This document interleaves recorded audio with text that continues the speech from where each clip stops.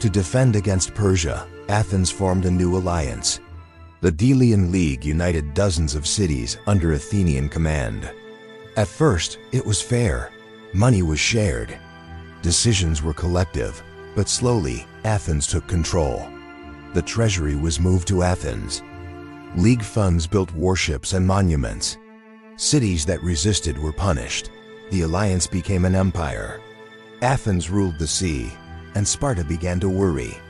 At the same time, Sparta lost one of its greatest heroes. Pausanias of Sparta, the victor of Plataea, was accused of corruption and betrayal.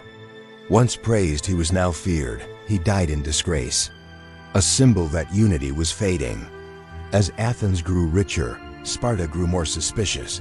By the mid-5th century BCE, Greece was divided. Two alliances faced each other. Two ways of life clashed. And war became inevitable. In 431 BCE, the Peloponnesian War began. It was no longer Greece versus Persia. It was Greek versus Greek. At first, Athens was led by the great statesman Pericles. He had a bold strategy. Athens would avoid land battles. Its people would hide behind massive walls. The navy would strike Sparta's allies. Athens would win through patience. For a time it worked, but then disaster struck. In 430 BCE, a deadly plague swept through Athens.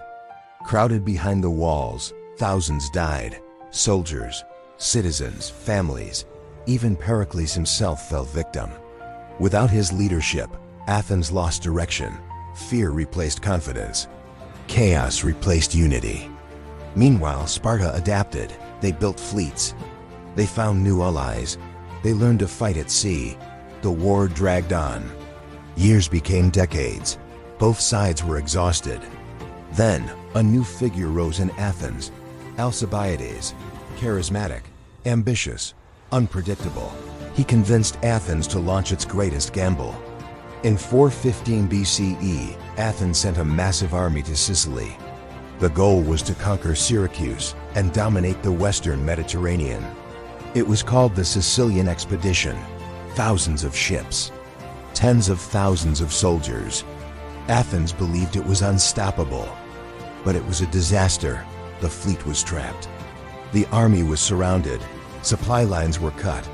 One by one, Athenian soldiers were captured or killed. Almost the entire force was destroyed.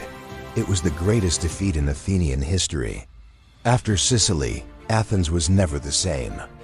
Its navy was weakened. Its money was gone. Its allies rebelled. Sparta seized the opportunity. With Persian financial support, Sparta built a powerful fleet. Slowly, they closed in on Athens. Harbors were blocked. Trade was cut. Food ran out. In 404 BCE, Athens surrendered. Its walls were torn down. Its empire collapsed. Sparta had won, but Greece had lost.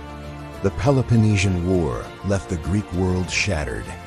Cities were bankrupt. Populations were reduced. Trust was destroyed. No power was truly strong anymore. The unity that once defeated Persia was gone forever. Here lies the great irony of Greek history. The Greeks had defeated the strongest empire on earth, but they could not defeat themselves. Plataea gave them freedom. It also gave them pride. Pride led to rivalry. Rivalry led to war. War led to ruin. When Macedonia later rose to power, Greece was too divided to resist. Its golden age had ended.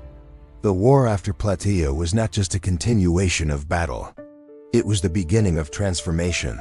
It marked the rise of Athens, the fear of Sparta, the tragedy of civil war, the collapse of unity. Plataea was Greece's greatest victory, but it was also the first step toward its downfall. History teaches us one timeless lesson. The greatest enemy of a civilization is not always found beyond its borders. Often, it is born within.